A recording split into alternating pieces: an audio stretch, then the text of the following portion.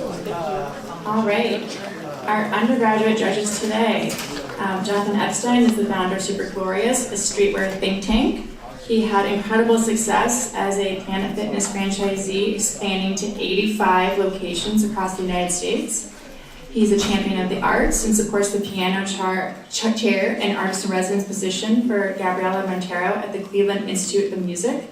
He also sits on the board of trustees at the Pingree School. He is a Babson MBA alum and a senior fellow at Babson's Fashion Entrepreneurial Initiative. Tara Foley is also a Babson MBA alumna and managing director at investment bank Consensus Advisors. She's the founder and former CEO of Folane, a pioneering clean beauty brand and retailer. She opened her first store in Boston in 2013, eventually launched Folane's own skincare line, and grew the business to acquisition by Credo in 2022. At Consensus, she brings her extensive experience in beauty, wellness, and the mission-driven beauty space to the table. Last but certainly not least, Heidi Neck is the Jeffrey Timmons Professor of Entrepreneurial Studies and the Academic Director of the Babson Academy, a dedicated unit that inspires change in the way universities, specifically their faculty and students, teach and learn entrepreneurship.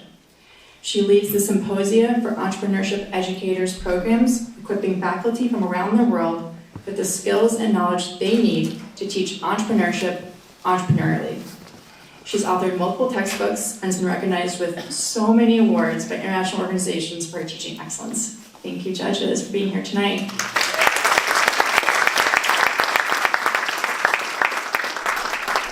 Justin, can you hear me well?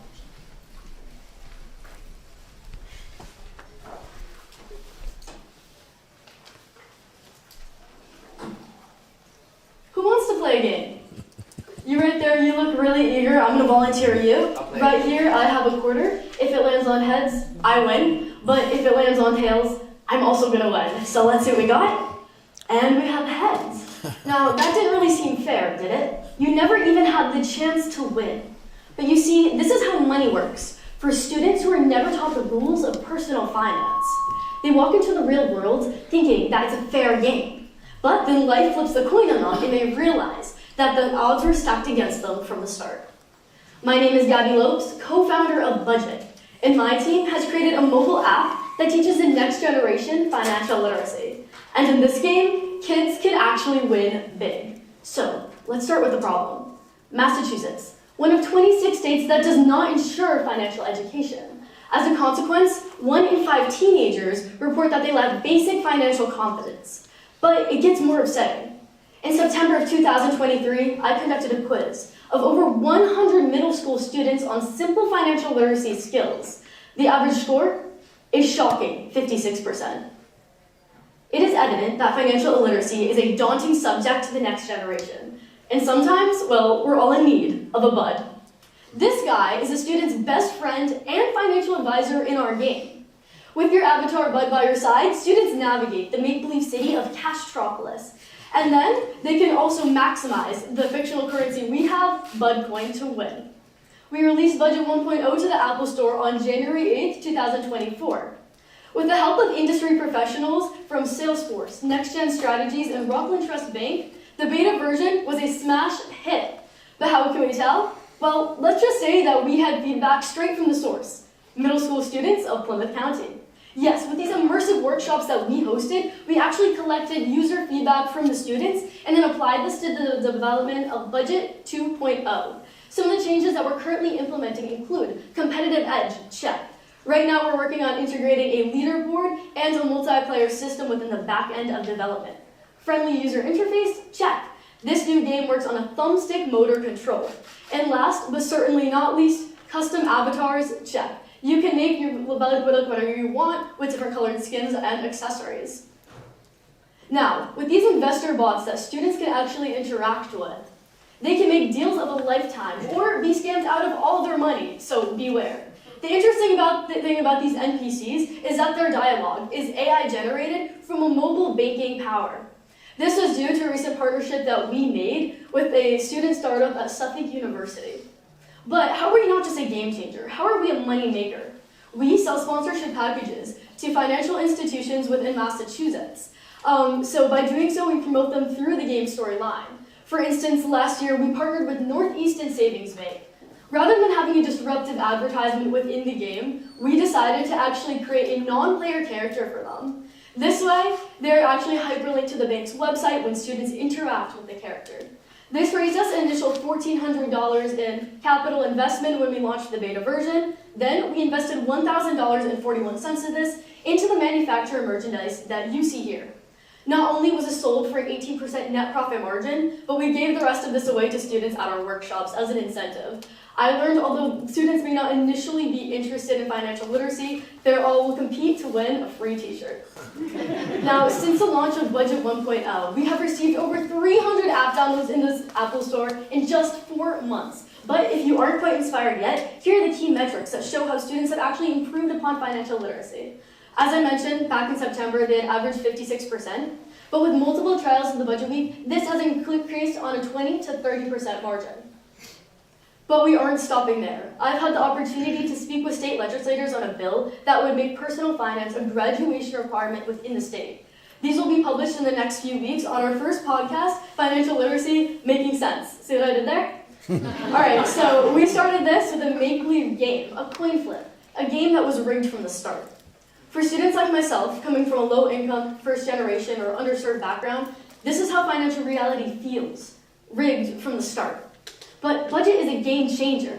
We're teaching students the rules of finance so that they can finally play to win. Any questions?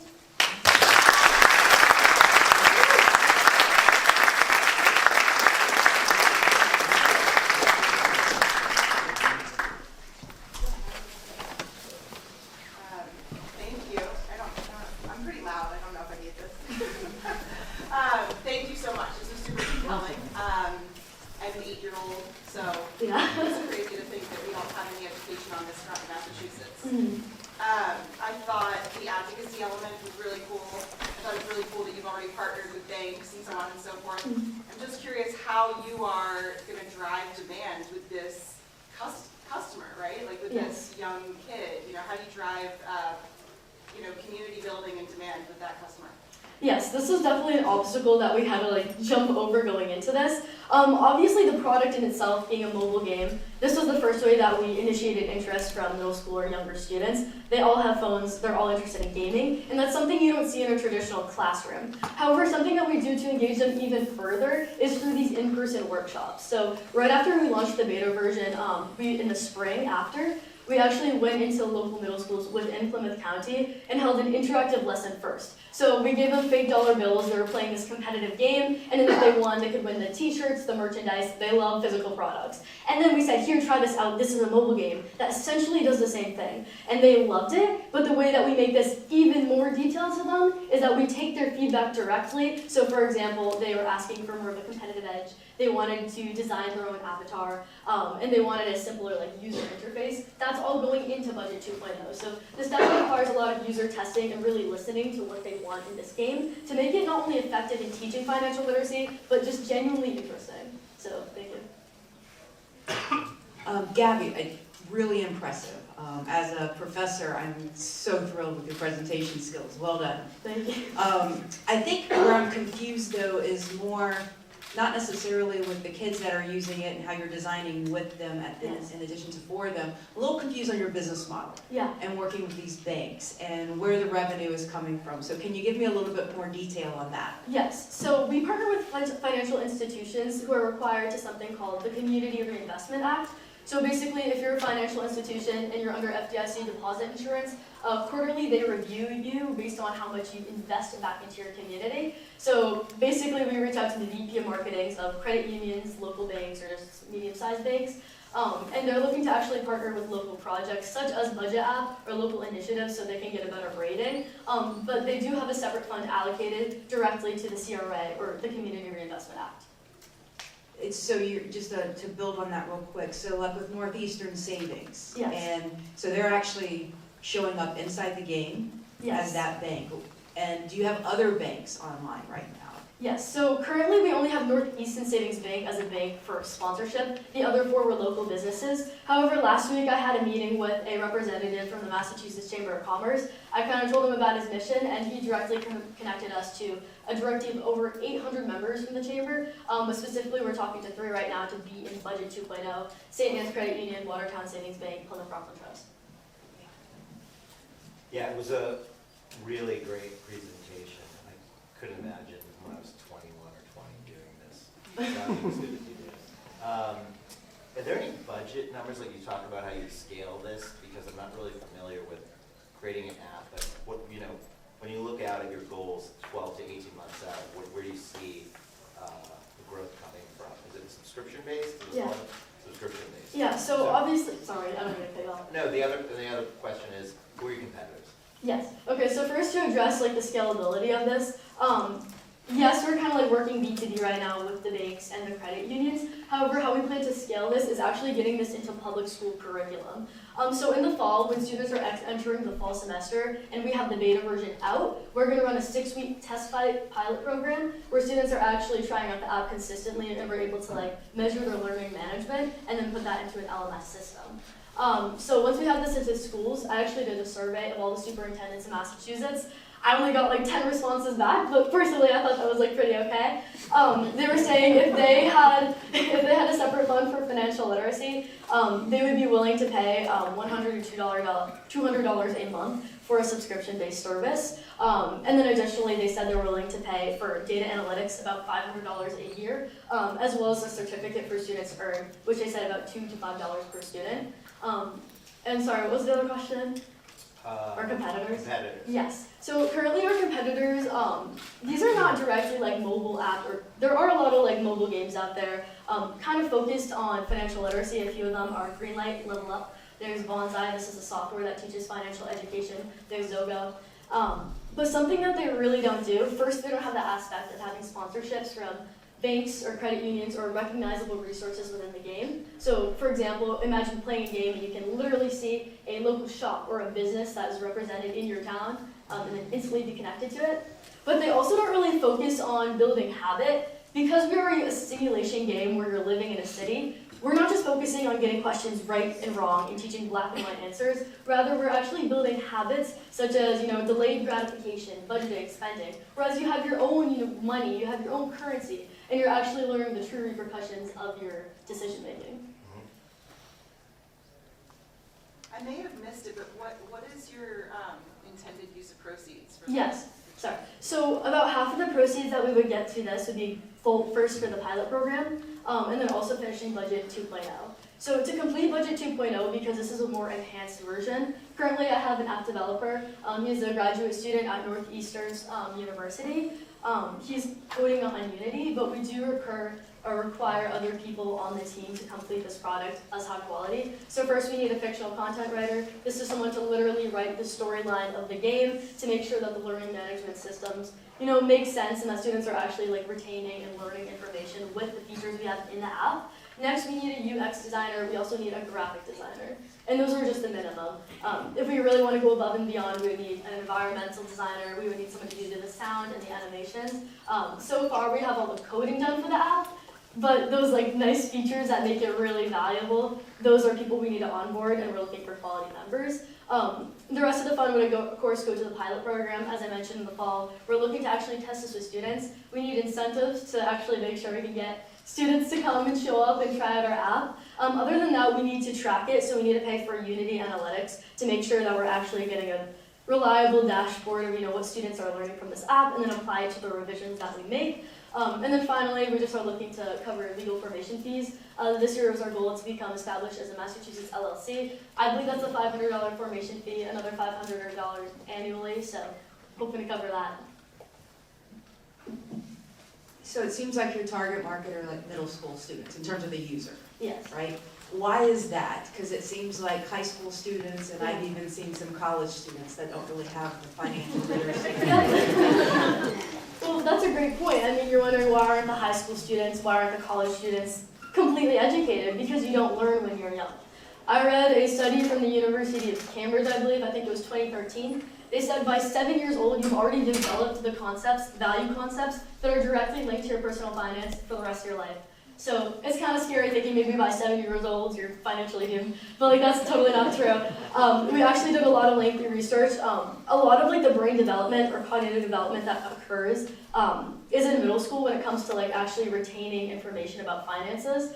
Also, I think this is an important age where students are, getting their first job or just first source of income, and it should be something that's sort of established in public curriculum beforehand, instead of kind of having it thrown in your face when you're a college student and having to pay off debts and student loans. So, any other questions?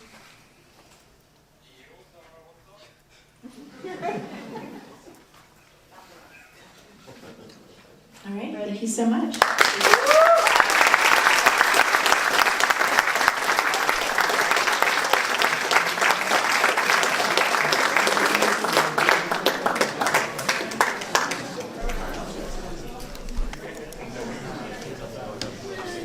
The next finalist is Dirty Gut.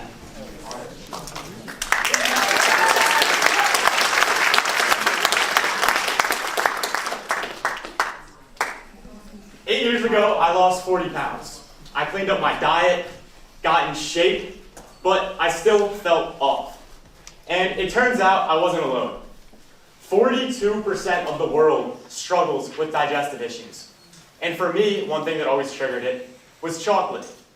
But not chocolate itself, it's what big companies like Hershey's put into the chocolate. They turned a single ingredient, ancient superfood, into something loaded with artificial sugars, oils, and emulsifiers that destroy your gut. So 10 months ago, I raised the question, how can we bring chocolate back to its roots as something both delicious and healthy? So I partnered up with a top culinary chef, and by September I had samples that I gave out at Back to Babson weekend. I got really good feedback and even some pre-orders. And 2.5 weeks ago, I officially launched Dirty Gut. We're the world's first gut-friendly chocolate company. We have 1 billion live probiotic cultures in every single bite. We use clean ingredients and none of that junk that our big competitors use. And most importantly, it tastes delicious. And you don't just have to take my word for it, you can try some right in front of me. Now, the magic in Dirty Gut is our product. Everything from the ingredients to the taste to the texture were designed by experts. Our probiotics are backed by 30 clinical studies, and we're currently working on a proprietary and patentable blend of probiotics and plant fibers that we plan on adding into our future products. Even our Dirty Gut bite shape is custom. Now, you're probably wondering by now, how is Dirty Gut different from all the other chocolate brands on the market? Well, let me break it down. So, on the top right here, you have Evolved, Q, Unreal. They use clean ingredients, so they might use coconut sugar versus using cane sugar. We use all those same clean ingredients, but we add in functional ingredients like probiotics that support gut health. Now, we sell Dirty Gut primarily online, and then also in retailers both directly and through distributors. We have pretty strong unit economics where we sell in bundles of 4, 6, and 8 on our website to make it more efficient. And in retail stores, we retail for $7.99 and grows between 20 to 40%. Now, I came up with Dirty Gut just 10 months ago, and we already have so much action. From partnering with our chef, to raising $40,000 to bring this idea to life, to securing a contract manufacturer after a months-long search, to getting thousands upon thousands of views organically on social media. Now, we launched just 2.5 weeks ago, and in that time, we've already gotten into 7 retail stores, 3 of which have reordered, completed our first wholesale order, and completely sold out online of our entire first production run.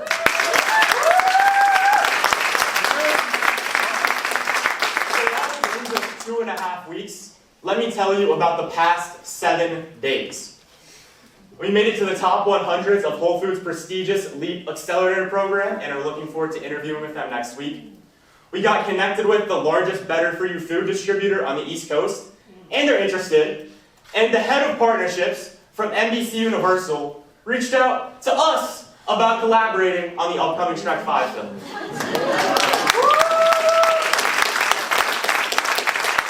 we did all that in such a short period of time, so imagine the possibilities in the $120 billion chocolate industry. Now, I can't do this all alone. I'm fortunate enough to be backed by an incredible group of advisors and investors with experience ranging from growing a CPG brand from zero to exit, to fundraising, to running a massive e-com brand, to just making delicious chocolate. Now, my action plan for 2025 is all centered around growing our distribution. And to do that, I want to refine our products and packaging based off the feedback we've been getting so far, finalize the Dirty Culture blend like I mentioned, launch 2 new flavors, which is critically important for getting into larger retailers like Whole Foods, who will expect at least 3 flavors to get on the shelf, and then also partnering with a distributor like Rainforest. Our $300,000 sales goal is predicated on selling 5 units per store per week of those 3 flavors. Now, we already have a lot of momentum. We just need to add fuel to the fire. And Beta Challenge will allow us to do exactly that. First, it will allow us to do a much larger production run, which will instantly cut our cost of goods sold over in half, do more in-store sampling, which is very crucial for driving trial, develop the 2 new SKUs like I mentioned, improve the formula, and then also onboard a regional sales brokerage team to help open doors across the East Coast. From launching my first business at 9 years old, to reselling sneakers at 13, to launching a supplement company in high school, all of these experiences have led me to Dirty Gut. I picked it up from the factory, loaded it in my car, shipped them from my dorm room, watched my friends try it, and most recently, saw it on shelves all across Boston. I'm all in, and I truly believe Dirty Gut will be the next big chocolate brand.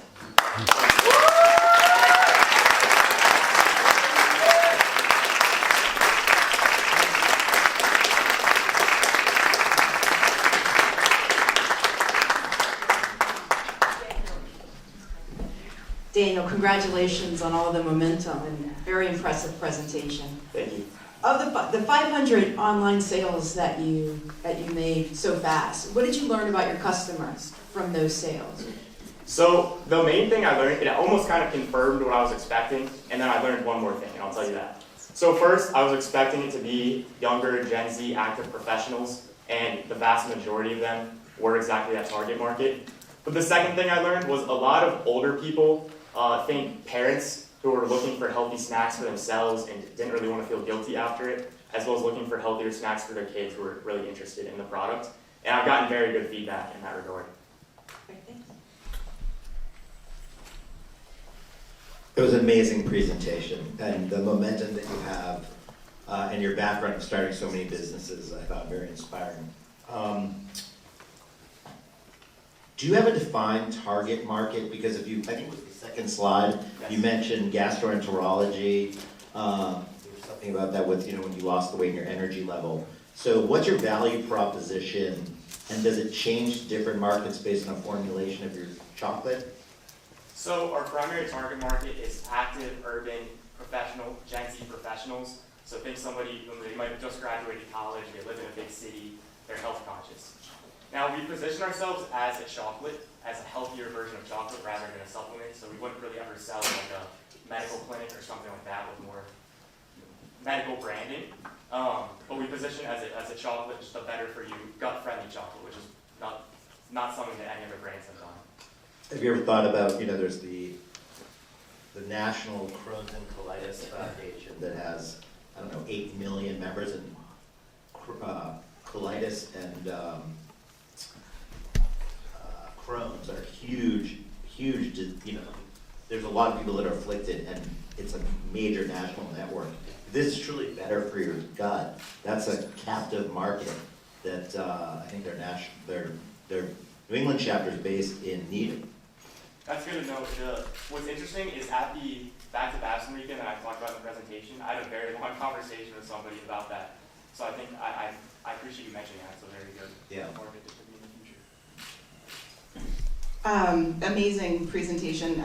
Your traction in the past 10 months, and especially the past week, it's just like, I'm so impressed. The timing is really interesting, right? Like Poppy was just sold for $1 billion a couple weeks ago to Pepsi.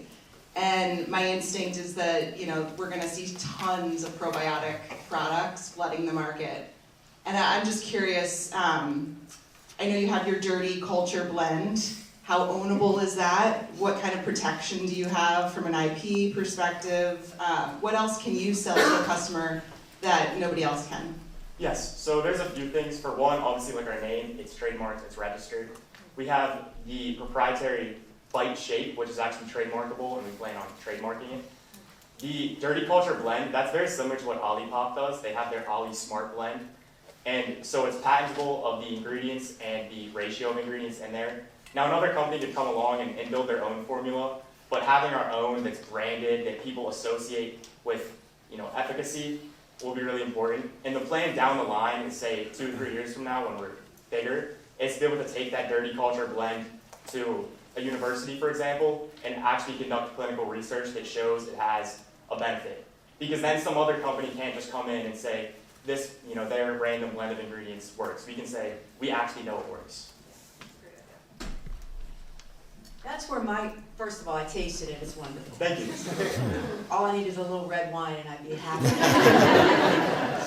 So my question is kind of about that. So if one takes a probiotic, and how much is 1 billion live cultures compared to what's on the shelf in pill form? So it's very dependent on which specific strain of probiotic you're taking. Some you might have to take up to 100 billion CFU of a probiotic for it to be effective.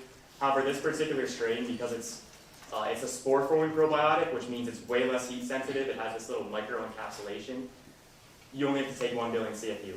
And all of the clinical studies are for dosages at 1 billion CFU and 5 billion CFU. So it's efficacious what we're doing, but if you go to the shelf, you might see differing levels of CFU count or billions of cultures, but it just depends on which probiotic you're using. So it's not like edibles that I could eat too much. Yeah, no, you could. Would I eat 5 bags of them? No. It's legal. Say I You can keep eating them. Like I have friends here, for example, who I give a bag to, and they eat the whole bag, and they enjoy it. Okay. Thank you. All right, I would definitely want to party with Heidi after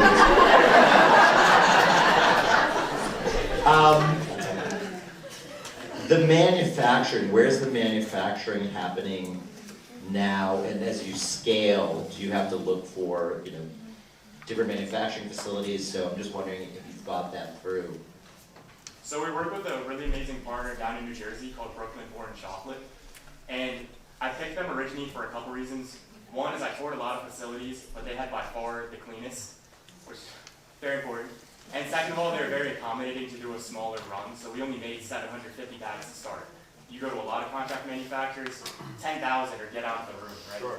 So they've been a really amazing partner. They have the capacity to scale up to 20,000 bags per day, so they have a lot of capacity. Now in the future, as we grow, the goal is that we'd be able to outgrow that capacity, obviously. But I contracted a food scientist with her expertise in contract manufacturing. She worked for AG1, which is a huge nutritional supplement company. And she's already helped me identify alternate vendors for every single ingredient and alternate manufacturers in the case we outgrow this one. Thank you. Okay, so I think I heard a judge say earlier that there's a new consumer brand launched every 10 seconds or something, which is probably true. And I know a bunch of your plan focuses on retail distribution, like wholesale partnerships. So what are you going to do to drive foot traffic to those retailers? I mean, anybody can get a product on the shelves, but what are you doing for community building, for creating a cult product that customers are just dying to have and telling all their friends about? So part of the reason Poppy was so successful is they built such a strong community online, particularly through TikTok. And one of my main goals, and I've already started that, I have close to 1 million views on TikTok, is building our Dirty Gut community. And then to the second part of your question, one of the things I'm hoping to do if I win Beta Challenge and do that larger inventory run is be able to do more in-store sampling. I literally don't even have enough inventory right now to do in-store sampling. I even had to turn a retailer down today. I said I couldn't ship you products. So being able to do that, I can do way more demos, get out there in the community, and more of a hands-on approach to build our community. Great. What's prevent? I'm sorry, I'm feeling queasy. What's preventing you from being able to manufacture more right now? It's honestly just a cost thing. It's expensive to do a large production run, and really the next size of the production run will depend on how the rest of this evening goes with That's the main thing. My manufacturer actually, they're closed for Passover this week, but we have a smaller, again, 750 unit production run scheduled for the next week, or the week after, but I'm hopeful we can do a larger one because it will significantly drive our costs down. How large is large that will drive your cost of goods down? A larger one would be 10,000. And so, how much would that cost you? It'd be around 20,000. Okay, thanks. Great, we're at time. Thank you so much.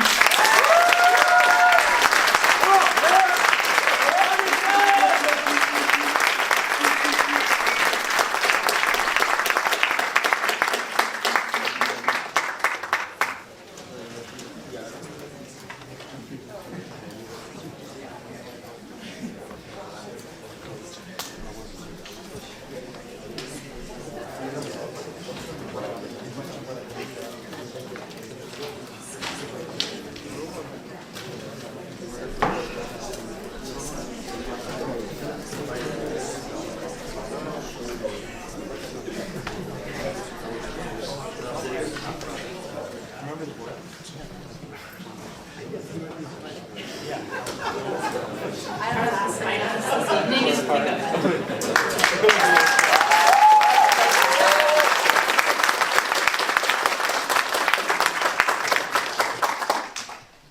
A few years ago, as I was working as a babysitter, I received a call from a single mother that would alter the trajectory of my life. She was crying as she told me that she was searching for someone, anyone, who could pick up her son from school and walk him home. She had reached out to 25 babysitters. None of them wanted the job. It was just a 20-minute walk. Too short, not worth their time, but to her, it meant everything. A struggling mother of one, unable to juggle providing for her family and picking up her son from school. I thought to myself, parents should just hire students. They're the only ones who would want a job like this. That's when Pickup Buddy was born. Before I jumped in, I had to ask myself, is this really a widespread problem or just a one-off moment? So, in 2023, I conducted extensive market research. I sent out surveys, spoke with teachers, students, and spent every weekend in Boston at playgrounds interviewing parents. What I found was an unmet need and a huge gap in the market, supported by independent sources. The Washington Post reported that over 100,000 childcare workers have left the industry in just 2 years, at a time when more women are joining the workforce and childcare costs are skyrocketing. More importantly, I found that our target market is massive and largely underserved. It's worth nearly $1 billion and consists of busy parents in major cities with children under age 12 who are typically not enrolled in after-school programs. So, here's how it works. Pickup Buddy connects busy parents with rigorously screened college students who pick up children from school and escort them home via walking or public transportation. No driving. Our screening process includes criminal background checks, 2-round interviews, reference checks, teacher recommendation letters, and verification of school enrollments, all to ensure maximum security and trust.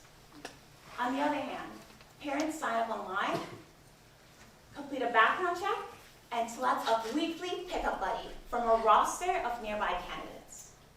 It's a win-win-win. Children get a consistent caregiver they love. Parents get peace of mind, consistent childcare, and uninterrupted work days. And students get a flexible, well-paying job that fits around their academic commitments. This is what sets us apart. We've honed in on after-school pickup. By hiring students for these short shifts, we've eliminated the high turnover parents face with traditional caregivers, and we save parents time by handling all the screening for them. Plus, our unit economics are strong. Parents pay $30 an hour. Buddies earn $20 an hour, yielding nearly $10 in profit per hour for pickup buddy. With families averaging 5 hours a week, this results in $200 in monthly profit per family. So, we discovered a problem, validated the market, and created a solution. Let me tell you how I've gotten to where I am today.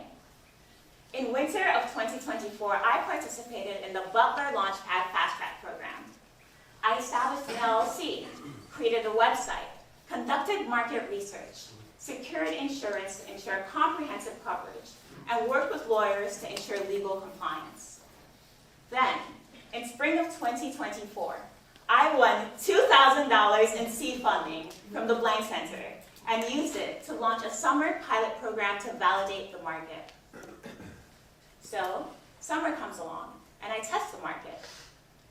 To test supply, I posted on job sites. We received 500 job applications, and I spent every waking moment interviewing students. Out of the 500 applicants, we hired 3 students and onboarded 3 families. Throughout the pilots, I gathered feedback and refined operations. It was humble. A few parents, a few students, but it proved that our process worked. Then came the real test. As we opened for the full school year, almost immediately, our efforts paid off. In our very first month, we generated over $10,000 in revenue.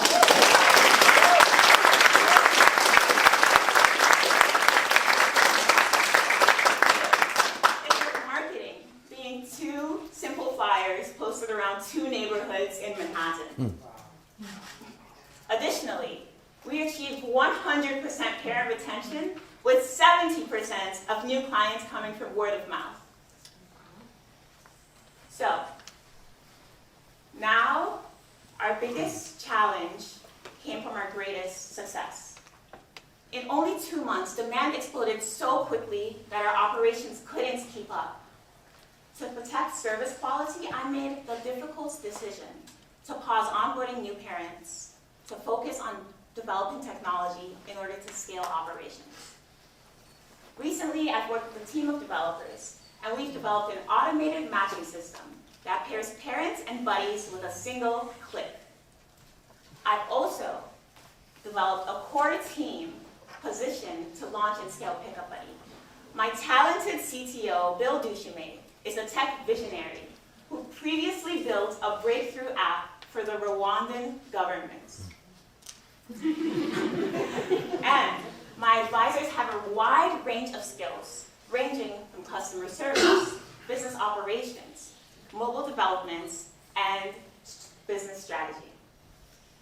With my knowledge about the childcare industry, coupled with their expertise, we are uniquely positioned to meet the needs of busy parents and scale Pickup Buddy sustainably to create lasting impact. With our technology solutions coming together, we're ready to grow again. Only 3 days ago, my development team started working on an automated screening process that will quickly integrate new buddies into our system. We're also planning to continue onboarding families and grow quickly. In the next phase, our goal is to reach 200 active New York City families, which translates to $1 million in annual revenue. Here's the math. 200 active families translates to $6,000 per day. 6,000 times 180 school days equals a little over $1 million in revenue. So, we won't stop there. Our vision is nationwide. We plan on establishing a strong foothold in New York City and in franchising and licensing our software to scale in cities like Boston, Chicago, and Seattle. Funding from the Beta Challenge will accelerate our growth. $12,000 will go towards the development of our mobile app and backend technology to boost scalability. $7,500 will go towards parent outreach and our partnerships to increase awareness. $5,000 will go towards buddy recruitments to support increased demand, and the remaining funds will go towards customer relationship management and legal consultations to support ongoing compliance. Our vision for Pickup Buddy is to become the leading after-school pickup service so that no parent has to choose between their child's safety and their job at 2:30. We've come a long way since that call from a single mother, desperate for a solution. We have all the tools we need to grow, we just need the funding to scale. Before I close, I'd like to share a testimonial from the single mother whose call inspired this entire journey. Her name is Natalie, and these are her unadulterated words. As a working parent, my schedule is often hectic and unpredictable, and getting my son safely home from school used to be one of my biggest daily stressors. Ever since we started using this service, that worry has completely disappeared. It has made such a difference in our lives, not just logistically, but emotionally. I no longer feel pulled in a million directions or worried about how to make it all work. I'm so grateful for the support they provide and the trust they've built with our family. It's not just a convenience, it's essential. When I heard her on the phone crying a couple years ago, I felt completely helpless. Now we deliver consistent care and peace of mind to parents every day. That is the Pickup Buddy promise. Thank you.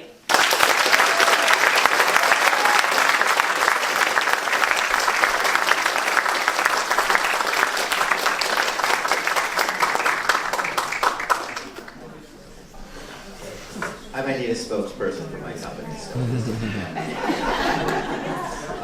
All right, you mentioned, so I have 4 questions. I'll break them into 2 and then come back. You're targeting New York City. Yes? First market? Are we targeting New York City? Well, for now, we've launched in New York City. You launched in New York City. To validate the market, but our plan is to expand to other major cities with accessible public transportation. Okay, so I was just running through this. So the student is not driving. We'll take them on the public transportation and accompany them home. How does that work? You know, just driving in New York. How does this work in New York? Well, in New York City and other densely populated cities, the students and their homes are pretty proximate, and people don't drive very often. So right now in New York City, our customers hire buddies to pick up their kids from school and walk them home, or take the subway or the bus. It's the commute they would use even without a buddy. Right. Thank you. And then the second one, your financial economics, where you talk about the cost structure. How much of your expense line is insurance? So if you're driving. So because there's no driving involved, there's actually very minimal expenses. It's about 10% of our expenses. 10%. So would you ever, in certain cities, I can imagine this thriving, getting a better margin, where people have to drive 5-8 minutes and can't do it. So I'm just wondering if you've looked at A and B markets to test, and in 2 very different types of commute situations, to see if you could get a greater margin just by knowing that it's a 5 to 10 minutes versus 4 minutes on a subway. We've considered the possibility of expanding to driving in the future, but for now, to decrease liabilities, we're focusing mostly on walking and public transit. Thank you. I don't know if I was one of the desperate parents you talked to on a playground in Boston, but I think this is a great concept. I'm curious, you said you do take a lot of steps for screening the students that pick up the kids.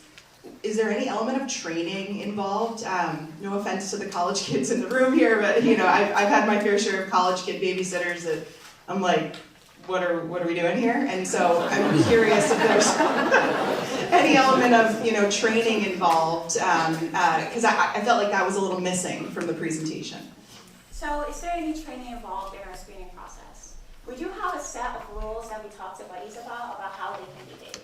So that includes not using their phone in the presence of the child and giving them their full attention, not taking any pictures of the child or in the child's family, in the child's home. So most of the training is really just giving them rules and regulations that they have to follow. And eventually, once our mobile app is fully developed, we'd like to create video slides that show the buddies more about what we expect from them. Is it Molina? How do I pronounce Moena. it? Moena. Yeah. Oh. Most people call me Moana. You like that? No, I don't. Then I'll call you Moena. So when you got your first set of parents, those 3 parents, how did you get them? So I scrolled through Facebook and found parents saying that they were looking for someone who could pick up their child from summer camp and walk them home. And I just messaged them and told them about my service, and they were like, wow, we've been looking for this forever. This is great. So what's interesting is once your technology is in place, you could do web scraping through social media and actually find those people in New York City. Yeah, that's a really interesting proposition. Because one thing that I was worried about during the presentation is I thought that maybe these 3 parents, you had a relationship with them. And once you put technology in, that relationship disappears and they may be scared to have their kids walk by this, no matter what the security screening is. I am such a big advocate of the mom test, which means that you don't ask people that you have relationships with about your business, because they'll tell you what you want to hear. Yeah. Okay. Good. We're at time. Thank you so much.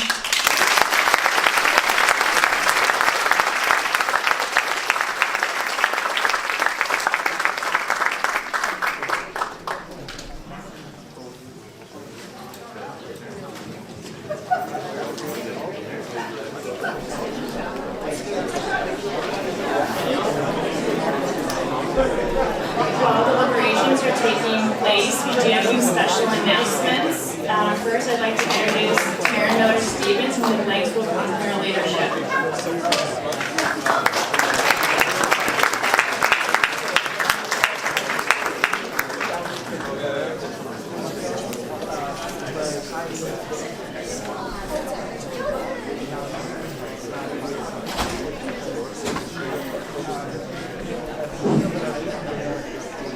Hey everybody, it's great to be in community with you. Can we give a round of applause to Alexandra?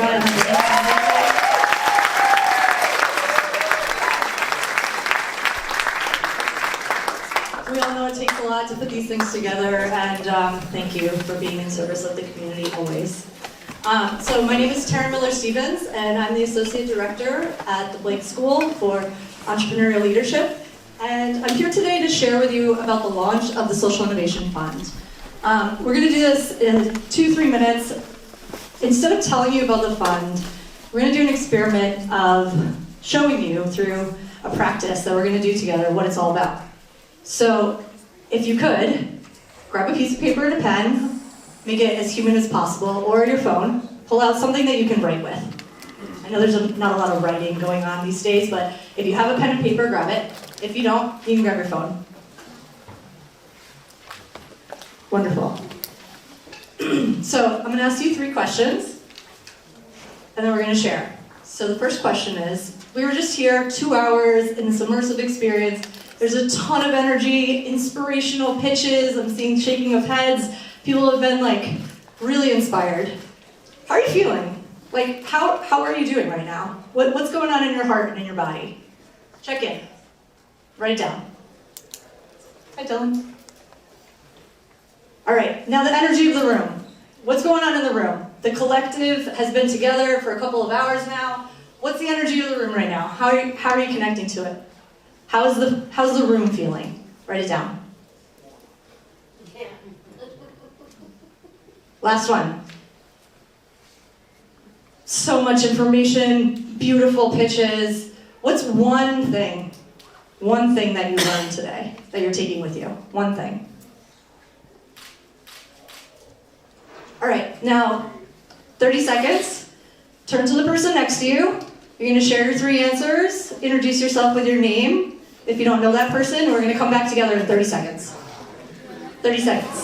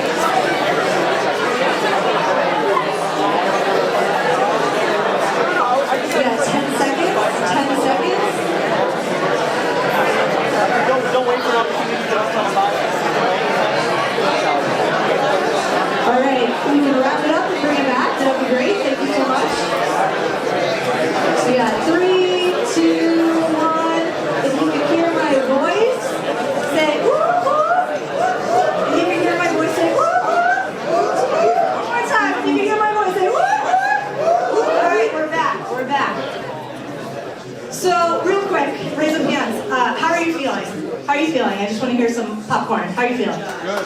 You feeling great? What else? Hopeful? Inspired. Inspired.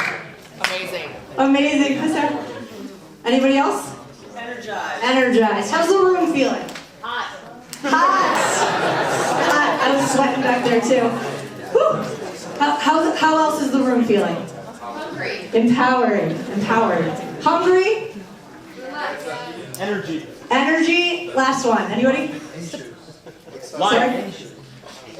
Anxious? Oh, I'm sorry. Maybe some dirty gut chocolate will help the anxiety.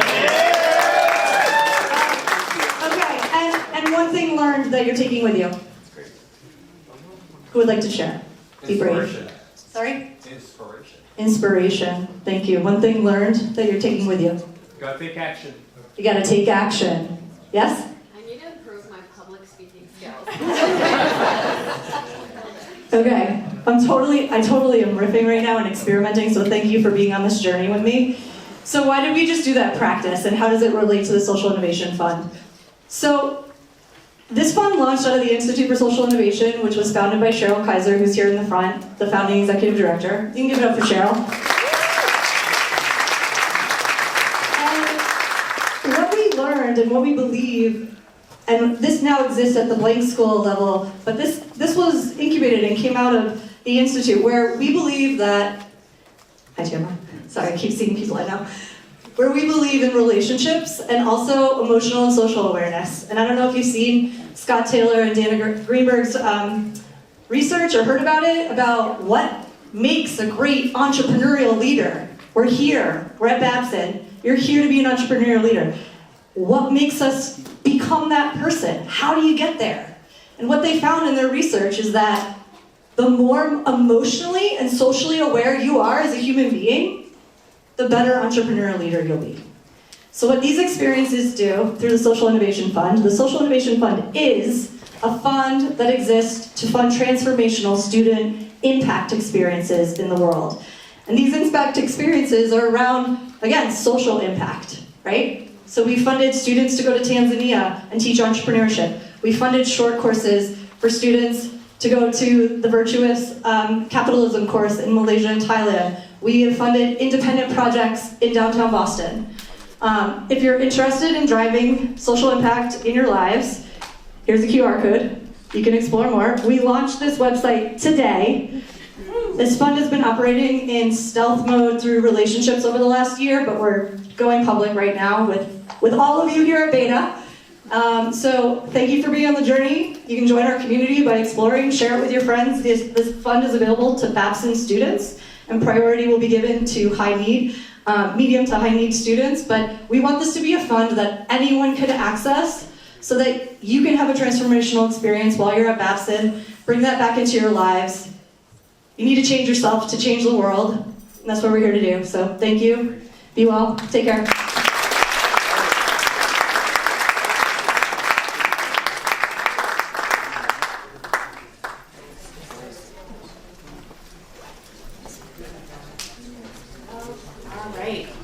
And next we have I'm the High School Director of the Metropolis Institute of Technology and Entrepreneurship.